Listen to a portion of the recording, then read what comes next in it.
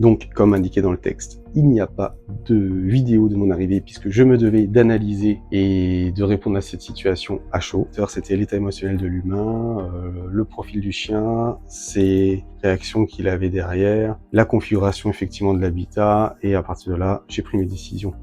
L'idée de montrer cette vidéo, c'est que vous allez voir, je parle un peu du coercitif dedans, des conséquences qu'il y a, je montre même un exemple de ce qu'il faut pas faire et tout. Et l'idée, c'est pour dire que ce profil de chien, dans de mauvaises mains, on aurait pu en faire un chien agressif. Et c'est ça le problème, c'est que il y a des éducateurs qui travaillent dans des méthodes coercitives. Ça veut dire, je viens avec un lasso, je prends le chien direct en main, je le manipule, je le confronte, je fais l'alpha devant. Et c'est là où on se retrouve avec un chien qui devient réellement agressif et qui du coup rentre dans les cases où la cliente ou la personne, l'humain derrière, a mis ce chien. Et en fait, c'est l'éducateur qui finalement a réellement légitimé ça. Ça m'arrive trop souvent, malheureusement, de faire des passages derrière des confrères ou consoeurs qui ont malheureusement peut-être un déficit de formation ou une analyse peut-être un peu trop rapide, ou peut-être carrément juste ils se sont trompés de métier, hein, on va dire ce qu'il est, comme dans tout métier. Hein. Donc j'estime pas être le meilleur, mais au moins à minima je me forme, je m'informe, je me remets en question, j'évolue avec mes expériences et je suis tout le temps en train finalement de m'enrichir à travers chaque expérience. Et je pense que c'est juste ça que je demanderais à ce genre de personnes, et peut-être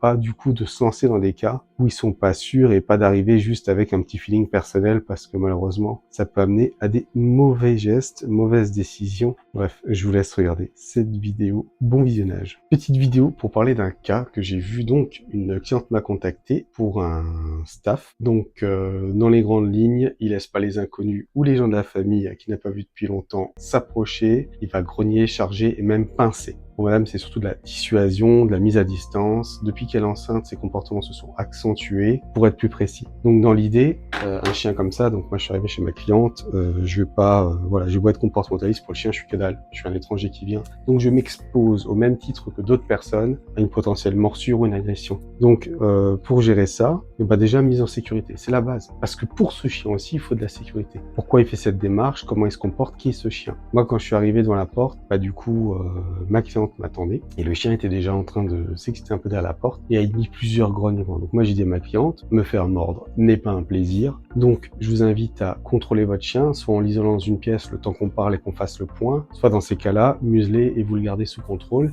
vous l'éloignez de l'entrée de manière à ce que quand je rentre, je respecte sa zone de confort, et en même temps, je veux observer sans le regarder directement, voir un peu ses comportements, voir s'il peut être lâché ou non. Donc c'était un mâle assez impressionnant. Donc madame a pris le contrôle du chien, moi je suis rentré, je l'ai complètement ignoré. J'ai fait comme s'il n'existait pas. Je me suis installé, donc tout ça convenait avec ma cliente d'avance. Et je me suis mis du coup à table, en position détendue. Je suis resté vraiment calme. Aucun croisement de regard avec le chien, pour vraiment lui indiquer que, ok, je m'intéresse pas à toi, et moi je veux pas de contact, ni de conflit avec toi, tout roule entre nous. Donc pourquoi aussi toutes ces précautions? Parce que comme elle m'a dit, quand il y a des travaux à la maison, des intervenants externes qui doivent venir, que ne connaît pas le chien, en fait elle fait promener le chien par un membre de la famille, histoire que le chien ne soit pas présent. Parce qu'il y a déjà des personnes qui ont refusé de travailler, même avec le chien muselé à la maison, ce que je peux comprendre, parce que il est assez impressionnant. Donc l'idée c'est que je me suis posé. Finalement, ce chien, il a commencé à m'approcher, il a commencé à me flairer, il a fait connaissance avec moi.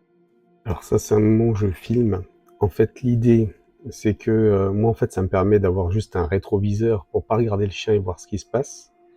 Bien entendu, il m'a manifesté des signes avant, comme quoi il était possible de le lâcher s'il avait été complètement hystérique et en mode pétage de plomb, avec des risques qu'il me charge avec sa muselière. J'aurais évité le contact, c'est qu'il n'aurait pas été prêt. Les signaux qu'il a envoyés pour moi étaient bons. J'avais demandé à son humain de le nourrir à travers la muselière.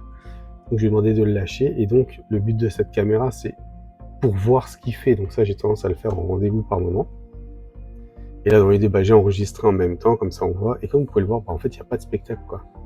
Il y a rien de magique, il n'y a pas de posture vraiment spectaculaire. Et c'est pour ça qu'en fait, en général, cette approche qui est du coup respectueuse, comme on dit, en fait, ça fait pas le buzz, quoi. Ça plaît pas aux gens parce qu'il n'y a rien de ouf, quoi.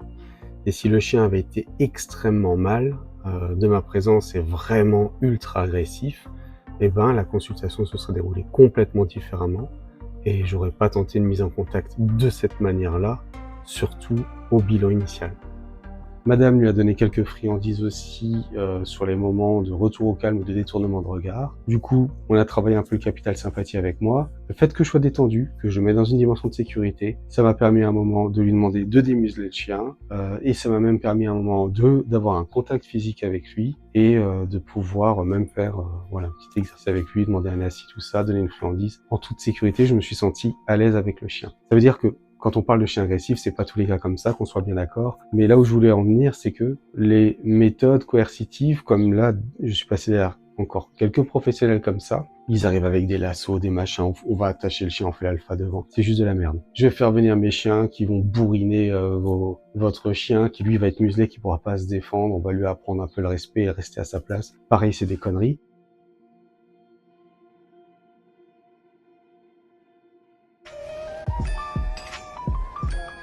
Hey! Non! Non! Vas-y, resanctionne après. Tac. Ok. Dès que je le fixe et qu'il me regarde et qu'il tourne la tête. Là, on lui apprend à se soumettre. Le fait que ce soit un staff, on s'en fout, parce que j'ai vu des comportements bien pires sur des bergers australiens, des border collies, d'autres races, des malinois et tout, qui sont pourtant pas catégorisés. Donc, le problème n'est pas la race du chien, c'est juste qu'il est puissant. Et l'idée, c'est que moi déjà, je fais pas de discrimination à la base. J'ai donné beaucoup de conseils parce que je me suis rendu compte qu'il y avait des dysfonctionnements dans leur relation. Et du coup, on parle du cadre, on a parlé de la relation en tant que telle, la prise d'autonomie du chien, lui trouver des stratégies, lui apprendre des comportements alternatifs, comment gérer l'arrivée des invités. Donc finalement, on a parlé beaucoup de gestion de ce chien et pas juste de coercitif ou d'action directe pour pouvoir empêcher ces comportements. L'idée, c'est de rendre chouette l'arrivée de quelqu'un et de le mettre en confiance vis-à-vis de personnes qu'il ne connaît pas. Ça a été ça notre objectif et ça a été la direction que j'ai prise pendant ce rendez-vous. Et puis donc, comme vous pouvez le voir sous la photo, simplement, j'ai eu ce chien en contact et ça s'est très bien passé. Alors que quand j'ai lu le mail, je ne savais pas à qui j'allais avoir affaire et